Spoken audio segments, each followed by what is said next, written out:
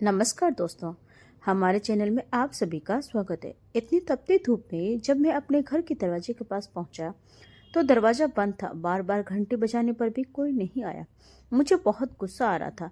कुछ ही देर बाद मेरी माँ ने दरवाजा खोला और मैं थका हुआ था, पसीने से भीगा घर के अंदर गया। माँ मुझे पानी का गिलास देने लगी और फिर कहने लगी कि देखो, घर का सारा काम मैंने किया है। झाड़ू लगाया है, पोंछा लगाया है और बर्तन भी सारे पड़े हुए थे।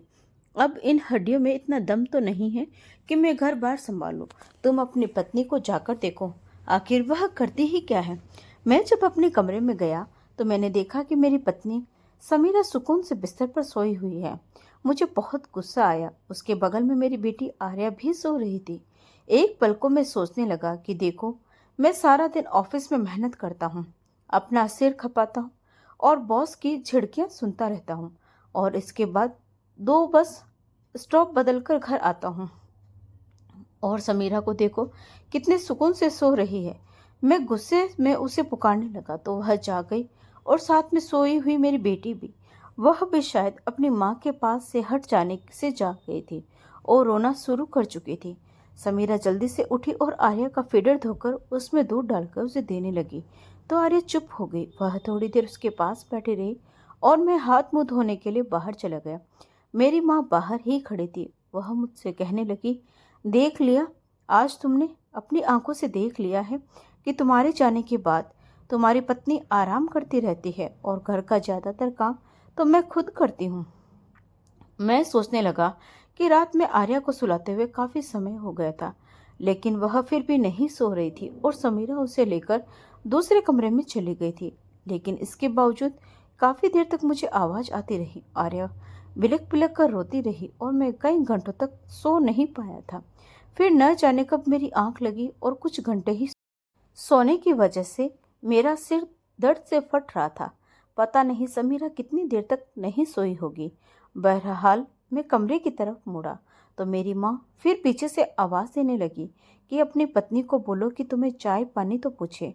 जब देखो पलंग तोड़ती रहती है, आर्या का बहाना बना रखा है और खुद सो जाती है। मुझे बहुत गुस्सा आ गया। मैं जब कमरे में गया तो समीरा फिर लेटी हुई थी। मैंने गुस्से से उसे पुकारा और कहा, आखिर तुम घर में करती ही क्या हो। मेरी इस बात से वह मुझे हैरानी से देखने लगी। उसकी आंखों में आंसू आ गए और वह कहने लगी कि मेरे सिर में बहुत तेज दर्द है। मैंने गुस्से से अपनी पत्नी को देखा और कमरे से बाहर चला गया। मैं अपनी माँ के कमरे में गया। आज तो मेरी बड़ी बहन भी आई हुई थी। मुझे देखकर वह शोर मचाने लगी और कहने लगी कि तुम्हें जरा भी अपनी माँ का ख्याल नहीं है, बस अपनी पत्नी का ही ख्याल रखते हो। मैं जब भी आती हूँ तो तुम्हारी पत्नी को आराम करते हुए ही देखती हूँ। घर में वह करती ही क्या है। मैं चुपचाप बैठ गया। थोड़ी देर बाद मैं किचन में चला गया। जब मैं किचन में गया तो मेरी पत्नी वहां मौजूद थी। मेरी माँ को लीवर की समस्या थी, इसीलिए मेरी पत्नी उनके लिए परहेज का खाना बनाती थी, जबकि मुझे चटपटे खाने पसंद थे, इसलिए वह मेरे लिए अलग और माँ का परहेज का खाना अलग बनाती थी। कभी कभी वह व्यस्त हो जाती तो माँ थोड़ा बहुत अपने लिए खुद बना लेती थी। रात को फिर आर्या के पेट में बहुत दर्द था। वह बहुत ज्यादा रोने लगी। मैं जब गहरी नींद में सो रहा था तो उसके रोने की आवाज आई। मैंने गुस्से से अपनी पत्नी को देखा और उसे कहा, तुमने तो सारा दिन अपनी नींद पूरी कर ली, अब मेरी नींद क्यों हराम कर रही हो। इसे लेकर दूसरे कमरे में जाओ। वह चुपचाप उठी और दूसरे कमरे में चली गई, जबकि मैं सुकून से सो रहा गया। अगले दिन मैं ऑफिस चला गया। वहां सारा दिन मैं काफी तनाव में रहा। एक तो नींद पूरी नहीं हुई थी। मैंने अपने लिए चाय मंगवाई और चाय पीने लगा। बॉस ने भी आज बहुत ज्यादा काम दे रखा था। चाय के साथ एक दर्द निवारक दवा भी ली। सुबह घर से निकलते हुए समीरा ने लंच भी दिया था।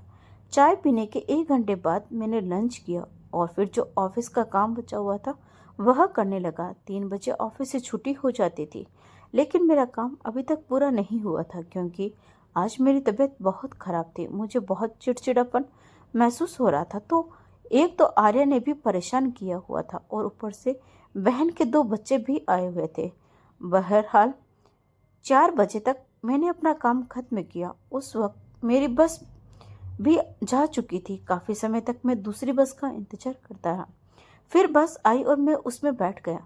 गर्मी बहुत थी। घर पहुंचा तो समीरा कमरे में ही थी और उसने आर्या को सुलाया हुआ था। मैंने गुस्से से उसे देखा और कहा कि तुम कब जागी हो, लेकिन वह बोली नहीं। आर्या की तबीयत बहुत खराब थी, अभी दवा देकर उसे सुलाया है। इसके पेट में बहुत दर्द था। वह उठी और मेरे लिए पानी लेकर आई। मैंने उसे चाय बनाने को कहा। वह किचन में गई तो माँ मेरे कमरे में जाकर आकर बैठ गई। मैंने माँ से हालचाल पूछा तो वह कहने लगी, रमन बेटा, तुम्हारी पत्नी अब उठी है, कुछ भी नहीं करती। मुझे बहुत गुस्सा आ गया। मैं उठा और किचन में जाकर समीरा पर चिल्लाने लगा। मैंने उससे कहा कि तुम दफा हो जाओ, अपने माँ बाप के घर चली जाओ, यहाँ पर तुम करती ही क्या हो। वह मुझे हक्का बक्का देखकर परेशान हो गई और बोली, रमन क्या बात है, आप मुझ पर क्यों चिल्ला रहे हैं। मैं उसे घूरते हुए बोला, आदमी शादी किस लिए करता है कि पत्नी उसका घर संभाले, बच्चों का ध्यान रखे। क्या मेरी माँ इस हालत में इस घर के काम करती अच्छी लगती है तुम्हें? तुम्हें जरा भी ख्याल नहीं कि माँ की तबीयत भी ठीक नहीं रहती। समीरा परेशान होकर बोली, नहीं रमन, मैं सारा काम खुद करती हूँ। सब करने के बाद ही कमरे में जाकर आराम कर रही थी। पूरी रात आर्या ने भी मुझे सोने नहीं दिया, लेकिन मैं इसी बात पर अड़ा रहा कि मैंने अपनी आंखों से देखा है, जब मैं आया था तो तुम सो रही थी।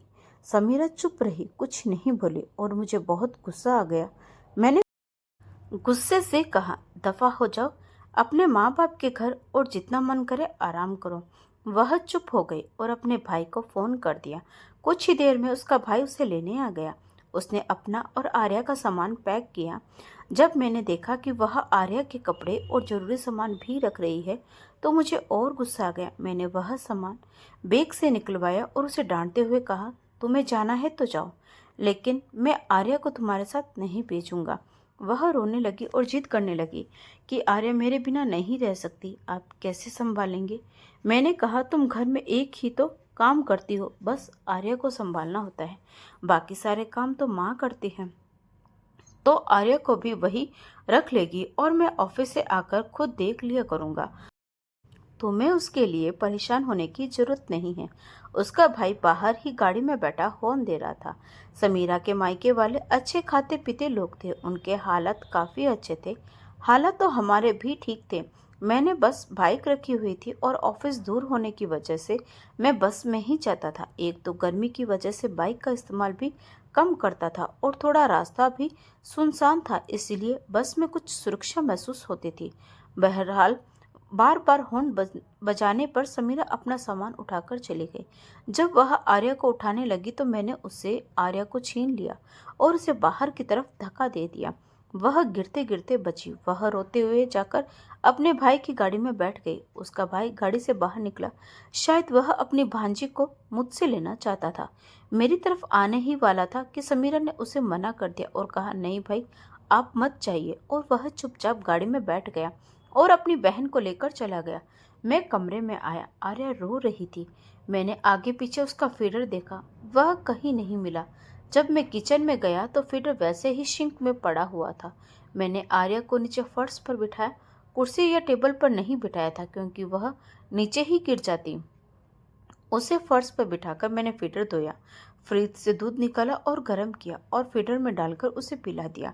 फिर मैं उसे कमरे में ले आया। काफी समय हो गया था।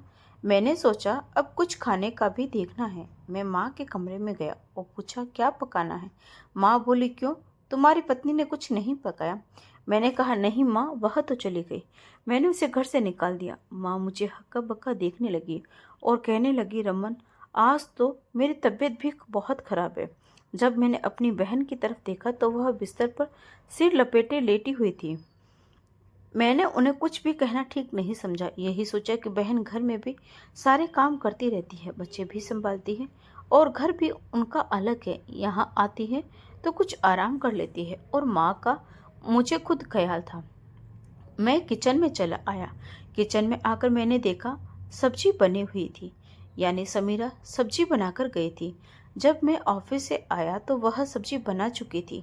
फिर मैंने किचन में देखा कुछ बर्तन पड़े हुए थे। मैंने सोचा, माँ इन्हें कैसे धोएगी। माँ की तो तबीयत भी ठीक नहीं है, इसीलिए मैं खुद ही धोना शुरू कर दिया। थोड़े से बर्तन थे, बहुत जल्दी धुल गए। जब मैं उन्हें शेल्फ पर रखने लगा तो मुझे आर्या के रोने की आवाज़ आई। मैं भागता हुआ कमरे की तरफ गया। वह अपना फीडर खत्म कर चुकी थी और बहुत जोर से रो रही थी। मैं उसके पास गया और उसे उठा लिया। जैसे ही उसे उठाया तो मुझे अपने हाथ पर गीलापन महसूस हुआ। मैंने देखा तो आर्या ने पॉटी कर दी थी। अब यह काम तो माँ के करने के नहीं थे। मैंने जल्दी से आर्या का पैम्पर बदला और बहुत बुरे मन से बदला। यहाँ तक कि मुझे उल्टी भी आने लगी थी। लेकिन बहरहाल मुझे यह काम भी करना था। साफ करके मैंने आर्या के कपड़े बदले और उसे झूले में लिटा दिया। वह सुकून से लेट गई।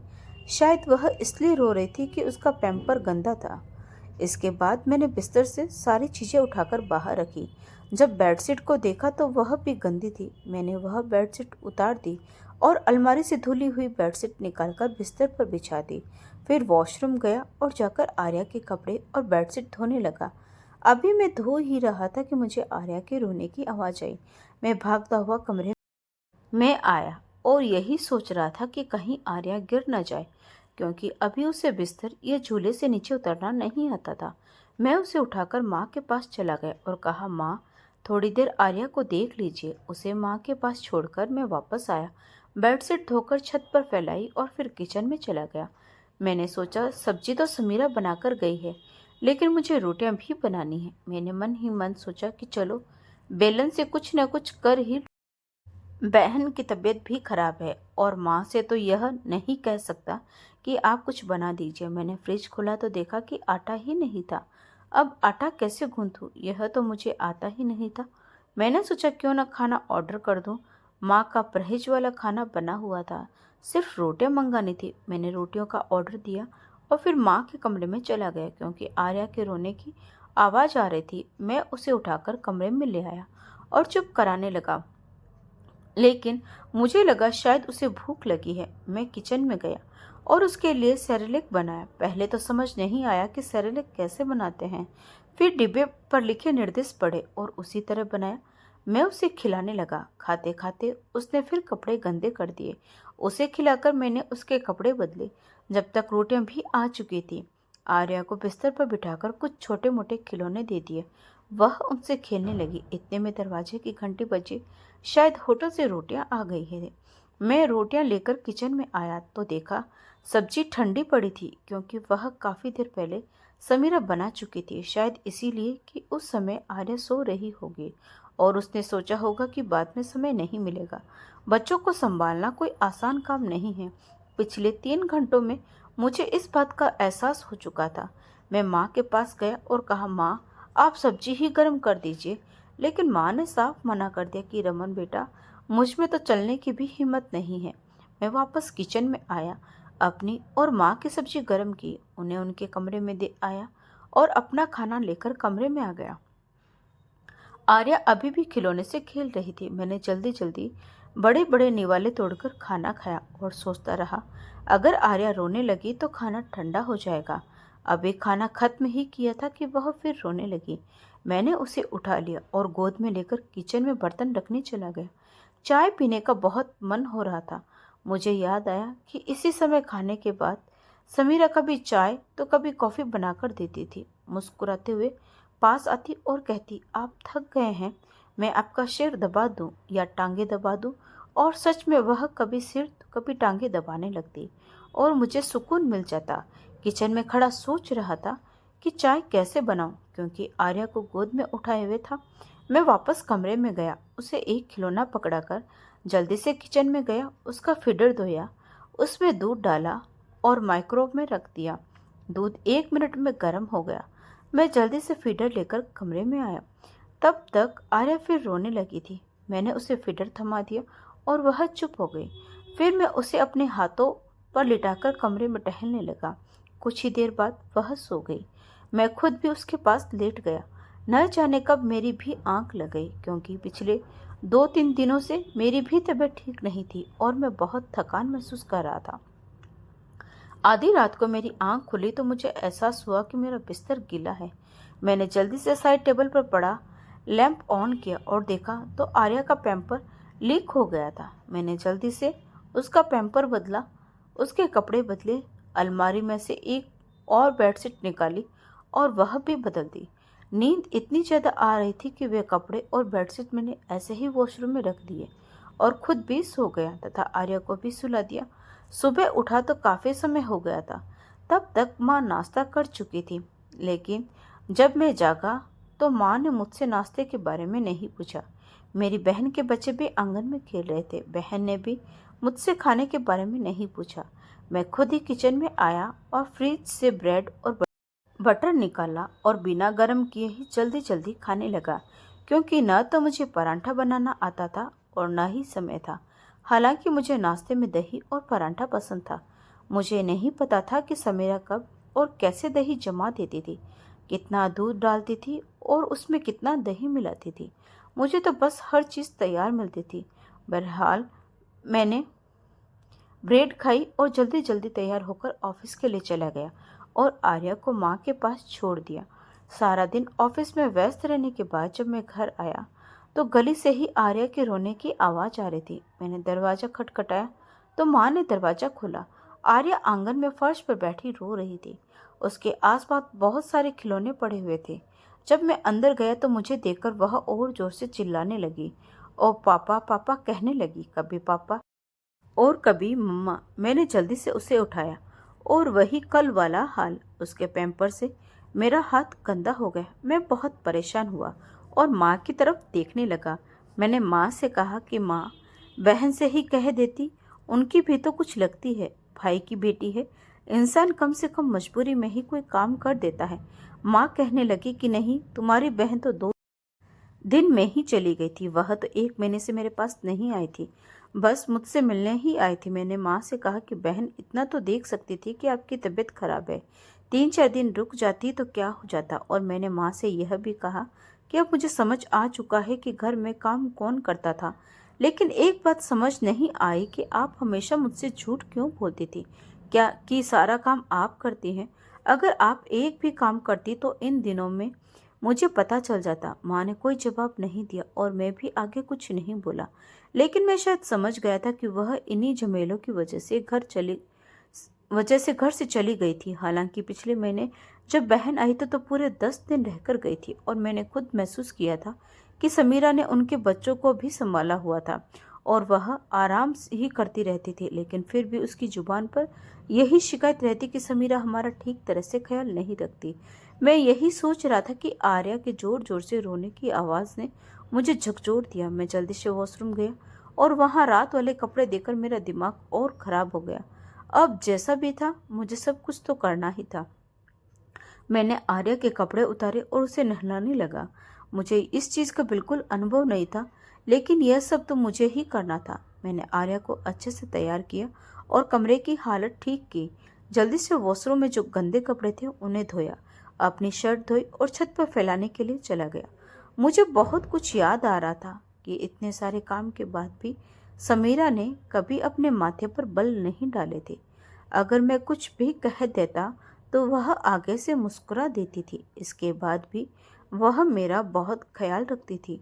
यह सब सिर्फ माँ की वजह से हुआ था, क्योंकि माँ मुझे बार बार ताने देती थी कि तुम्हारी पत्नी करती ही क्या है। पता नहीं माँ समीरा से क्यों इतनी चिढ़ थी। मैं किचन में गया, वहाँ कुछ भी बना हुआ नहीं था। आर्या को दूध गर्म करके दिया और यही सोच रहा था कि इतना भड़काने के बाद माँ ने इतना तो कर लिया कि अपने लिए थोड़ा परहेज का खाना बना लिया, लेकिन बेटे से पूछा तक नहीं। माँ यह कहती थी कि बर्तन तो मैं धोती हूँ, लेकिन आज 2 दिनों से सिंक बर्तनों से भरा हुआ पड़ा था। माँ यह कहती थी कि फर्श मैं साफ करती हूँ, लेकिन 2 दिनों से फर्श भी गंदा था। मैं किचन में गया और कुछ बर्तन धोए, किचन की कुछ चीज़ें समेटी, फिर आकर आर्या को उठाया और उसे प्यार करने लगा और अपनी बेटी से कहा, चलो बेटा। जब बाहर निकला तो माँ कहने लगी, रमन बेटा कहाँ जा रहे हो? मैंने कहा, माँ मुझे पता है कि मुझे कहाँ जाना है। यह कहते हुए मैंने अपनी बाइक निकाली और आर्या को आगे बिठाकर उसी दिशा में चल पड़ा जहाँ मुझे जाना था। मैं समझ गया था कि मैं समीरा के बिना कुछ भी नहीं हूँ। मेरी पत्नी के बिना मेरा घर अधूरा है। यह सब कुछ मेरी बेटी, मेरा घर, सब मेरी पत्नी ने ही संभाला हुआ था। मुझे अभी भी याद आ रहा था कि सुबह ऑफिस के लिए कपड़े निकालना भी मेरे लिए कितना मुश्किल हो रहा था। शुक्र है कि समीरा ने कुछ कपड़े पहले से प्रेस करके अलमारी में टांग रखे थे। मैं इन्हीं सोचों में था कि समीरा के मायके के करीब पहुंच गया। मैंने दरवाज़ा खटखटाया तो दरवाज़ा समीरा की भाभी ने खोला। मैं नमस्ते करते हुए अंदर आ गया। उन्होंने आर्या को मेरी गोद से लिया। मैंने उनसे समीरा के बारे में पूछा तो उन्होंने कहा वह अंदर कमरे में बैठी है। जब मैं समीरा के पास गया तो देखकर हैरान रह गया। उसकी आंखें सूजी हुई थी, शायद वह बहुत रोई थी। मैंने उसे पुकारा। मुझे देखकर वह बहुत हैरान हुई और जल्दी से उठ खड़ी हुई और मुझसे आर्या के बारे में पूछने लगी। वह जल्दी से बाहर गई, आर्या को उठाया और उसे चूमने लगी। यह सब देखकर मैं मुस्कुराने लगा। मैंने समीरा का हाथ पकड़ा और कहा, समीरा, मैं तुमसे माफ़ी मांगने आया हूँ। तुम्हारे बिना मेरा घर अधूरा है। मेरा इतना कहना था कि वह मुस्कुरा दी और आर्या को खूब प्यार करने लगी। वह एक पत्नी भी थी और एक माँ भी। वह हंसी खुशी मेरे साथ मेरे घर वापस आ गई। बस इन 2 ही दिनों में मुझे एहसास हो चुका था कि पत्नी के बिना सब कुछ अधूरा है, घर, पति और बच्चे। मैं सोच रहा था कि एक औरत ही दूसरी औरत को समझती क्यों नहीं है। तो दोस्तों, इस कहानी को लेकर आपकी क्या राय है? कमेंट बॉक्स में ज़रूर बताएं और अगर कहानी अच्छी लगी हो तो प्लीज़ वीडियो को लाइक, शेयर और सब्सक्राइब करना ना भूलें। तो मिलते हैं एक और नई कहानी के साथ। तब तक के लिए आपका बहुत बहुत धन्यवाद।